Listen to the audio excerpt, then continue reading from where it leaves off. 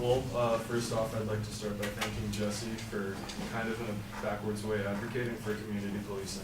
A lot of what he was saying was kind of like, he was talking about the situation with Mo, which he was talking about how if you're on the ground floor and you can see a police officer acting in a respectful way and the community sees that, they're going to appreciate that. The kids are going to see that and they're going to want to grow up and be like that police officer. Only thing is with that situation, again, the police wasn't in uniform and he wasn't supposed to have his weapon on him. The whole thing is that we're enforcing community policing so that we can have police that are on duty with body cams so that they're held more accountable so that then when they act, they're acting more according to what our view of a policeman should be. And that's a positive influence in the community and a person to keep us safe.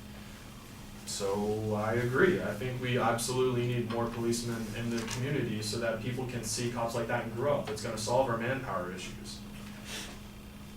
If we look at some of the other things that they were saying, is that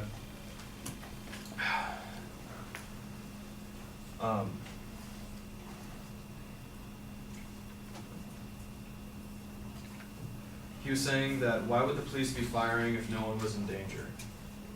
Two people have two different perspectives on any given situation. Two people come from two different backgrounds or two different vocations, and they're approached by the other in a different way than the first is. You know, Mo said it himself, it hasn't been white versus black anymore, it's blue versus black. If a police officer is approaching somebody that seems like a criminal to him, he's going to act scared maybe if he wasn't trained right, or if he maybe doesn't have the mental fortitude that training's supposed to give you. That's why we need things like body cams so that we can rectify situations if things don't go awry. We've seen even video recordings of a police officer acting when he shouldn't have been. There was, I believe, a shooting, I think it was in Alabama, where you can just see the video of the cop walking up to a car, gun pulled out, hey, what are you doing? Do you have a weapon on you? Like, do you have a warrant out for your arrest? And then the cop freaking out because the guy reached for his seat belt to unbuckle and starts shooting and puts 5 bullets into the guy for no reason.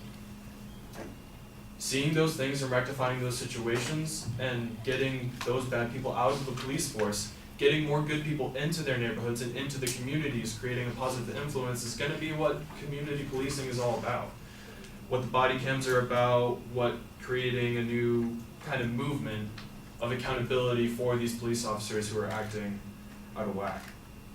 And then something that Courtney mentioned was about the gangs that rule over these areas that police are afraid to go in.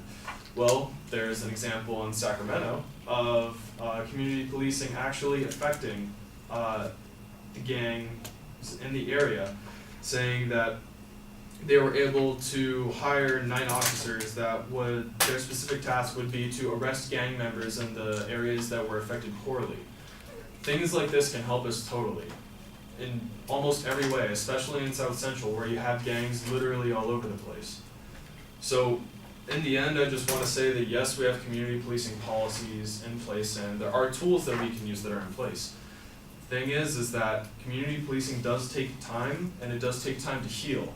But the fact of the matter is things are on the downhill right now, and that definitely means they're not hearing. We need to implement more of these strategies so that the people in the community can feel more safe, they can feel that the police officers are more responsible, and that we're trying a little bit harder to kind of mend the gap between these two alienated groups of people so that we can become better American citizens and so that the LAPD and other police forces can become better police forces and ultimately secure more peace for the LAPD, for California, and for the USA in general.